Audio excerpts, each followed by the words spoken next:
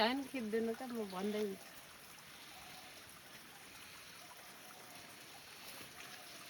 हामी स्कुल पढ्दाखेरि यहाँ ढलमलाई फेरि यस्तो हरियो स्कुल पढ्दाखेरि 1 बजेबाट 2 बजेसम्म हुन्थ्यो नि त हाफ छुट्टी के अरे खाजा खाने समय ब्रेक टाइम त्यो टाइममा यो धारा अब कति चिसो नि 5 जना केटी आउने त खुरुर दौडाने के यो ओह्रालो हेर यो ओह्रालो छ खुरुर दौडाने अनि यहाँ त्यही पानी खाने फेरि गर्मी शीतल नै हुने यहाँ बाटोमा आउने जाने गर्न पानी खानमा आएर यहाँ आउने कहिले चाउचाउ ल्याउने कहिले बिस्कुट ल्याउने रुचि चाउ बिस्कुट 3टा रुचि चाउचाउ अनि 20 रुपियाँ के अरे त 6 रुपियाँको त नुनेलो बिस्कुट हातमा राख्ने अनि यसरी पानीमा यसरी एकछिन भिजाउने अनि खान्थ्यौँ अन्त खुब रमाइलो हुन्थ्यो गाटे यो पानी यति चिसो छ मिठो पानी यति मिठो छ यसलाई ढुङ्गे धारा भन्छ है यहाँको ढुङ्गाको यस्तो लाथ्यो अरे यो र त्यही चेन्ज भएछ कि होइन ढुङ्गाको यस्तो कुदेको जस्तो ढुङ्गाबाट पानी निस्कन्थ्यो त पाइप राखेको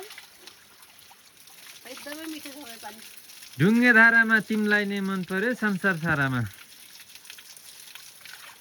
वाउ ल बाल्यकालको याद आयो कति वर्षपछि खाइयो पानी 10-15 वर्षपछि यहाँभन्दा माथि कडुसको बन्छ कडुस खान्थ्यौँ कडुस खानी अनि त्यहाँ बाँझो थियो त्यहाँ हामी कहिले काहीँ प्रोग्राममा फोटो खिच्ने जाँदाखेरि अब फोटो सोटो त त्यो मोबाइलै थिएन रियलसन गर्नु चाहिँ ऊ त उस मुनि नाच्ने गाउने कार्यक्रममा हिँड्दाखेरि उहाँ छ कि एउटा बाँसमुनिका बाजा रियलसन गर्थेँ त्यस्तो चटपट खाने थिएन बरु खट्टे कहिले चामल र ऊ के कहिले खट्टे ल्याउने कहिले चामल र ऊ के अरे चामल र चिनी ल्याउने कहिले चाहिँ त चिनीमा त खुदो खुदो होइन अमिलो कालो अमिलोमा चिनी राखेर अनि यहाँ राख्छ गर्ने कहिले भेली चारायो चाट खुब रमाइलो थियो त्यो अमिलो र चिनी त चिनी कस्तो मिठो हुन्थ्यो है खुब मजा हुन्थ्यो ल